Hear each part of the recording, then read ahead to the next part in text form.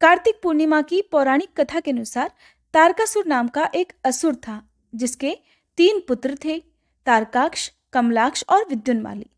जब भगवान शिव के पुत्र भगवान कार्तिकेय ने तारकासुर का वध कर दिया, तब उसके तीनों पुत्रों ने बदला लेने के लिए दिन रात कठिन तपस्या करना प्रारंभ कर दिया।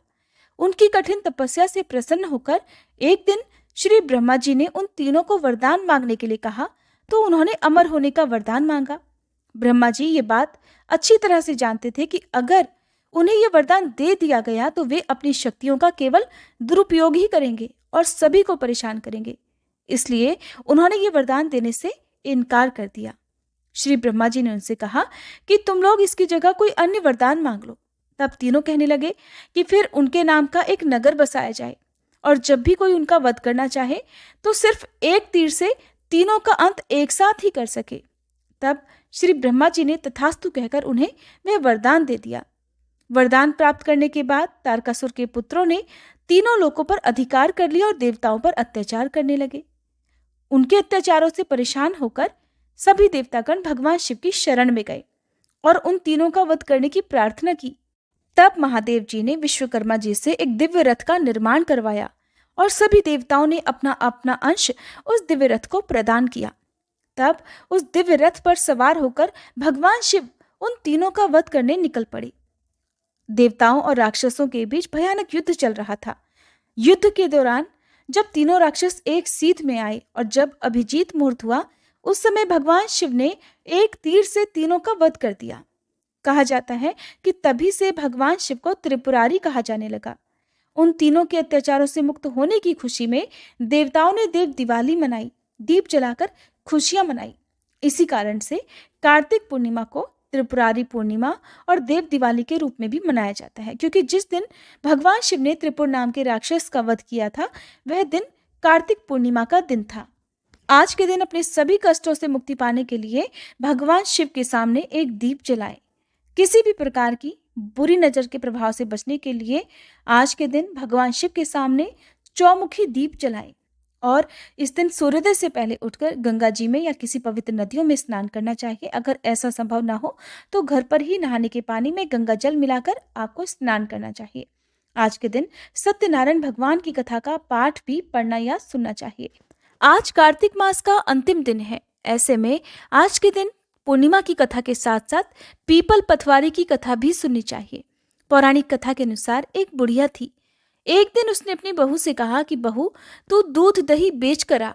बहू बेचने गई तो रास्ते में कुछ औरतें पीपल पथवारी सींच रही थी। उन्हें पीपल पथवारी सींचता हुआ देखकर बहू ने पूछा कि तुम ये क्या कर रही हो?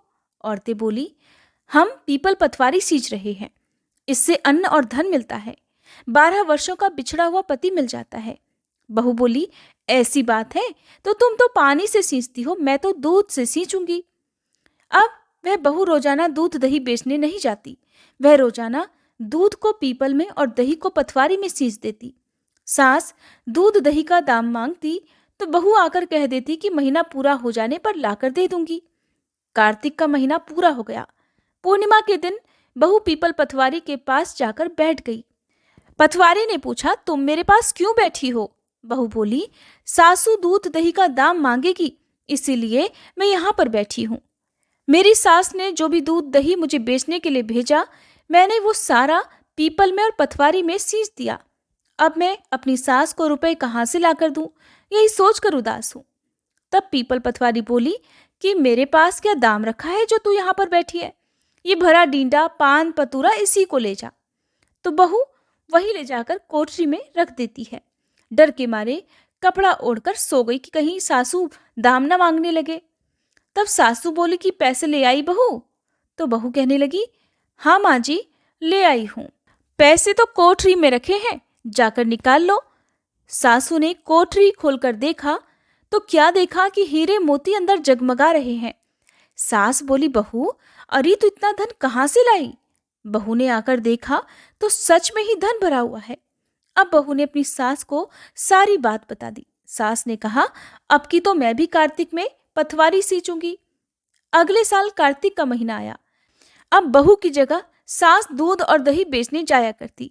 सास दूध और दही तो बेच देती, लेकिन दूध दही की हांडी धोकर पीपल पटवारी में चढ़ा देती। आकर बहू से कहती, बहू मेरे से दाम मांग। तब बहू कहती, सासू जी कोई बहू भी दाम मांगती है क्या? तो सासू कहती कि तू मांग। बहू बोली, सासू जी पैसे लेकर आओ। तो सास पीपल पटवारी के पास जाकर उदास होकर बैठ गई, जैसा कि उसकी बहू ने उसे बताया था। पीपल पटवारी ने सास को पान पतूरा भरा हुआ डींडा दे दिया। उसने ले जाकर कोठरी में रख दिया। बहू ने सास से पूछा कि सासू दाम दो, क्योंकि सास ने ही उसको ऐसा बोलने के लिए कहा था। तो सास ने बहू से बोला, जाओ और कोठरी में खोल कर देख लो, कोठरी में रखे हुए हैं। अब बहू ने जाकर जब कोठरी खोली तो देखा उसमें तो कीड़े मकोड़े बिलबिला रहे हैं। बहू ने सास से कहा कि माँ जी ये क्या हुआ, यहाँ तो धन की जगह पर कीड़े मकोड़े भरे हुए हैं। तो सास भागी भागी आई, आकर उसने कोठरी देखी तो हैरान हो गई। कहने लगी, ये पीपल पटवारी तो बड़ी दोगली है, मेरी बहू को तो इसने धन दिया और मुझे कीड़े मकोड़े भर दिए। तब सब कोई बोलने लगे कि बहू तो सत की भूखी सींची थी और तुम धन की भूखी थी। हे पटवारी माता, जैसे आपने बहू को दिया वैसा सबको दिया, जैसा सास को दिया वैसा किसी को मत देना। इस कथा को कहते सुनते और हुंकारा भरते सभी को बहू जैसा ही देना। प्रेम से बोलिए पीपल पटवारी की जय। ये थी कार्तिक पूर्णिमा की और पीपल पटवारी की कथा। अगर आपको ये कथाएं पसंद आई हो तो प्लीज़ वीडियो को लाइक करके हमारे चैनल को सब्सक्राइब करना मत भूलिएगा। और मार्गशीर्ष के महीने में आप हमारे चैनल पर हर दिन नियम से मार्गशीर्ष मास महात्म्य की कथाएं और अब तक की रुकी हुई भागवत कथा के आगे के अध्याय भी जरूर सुनिएगा।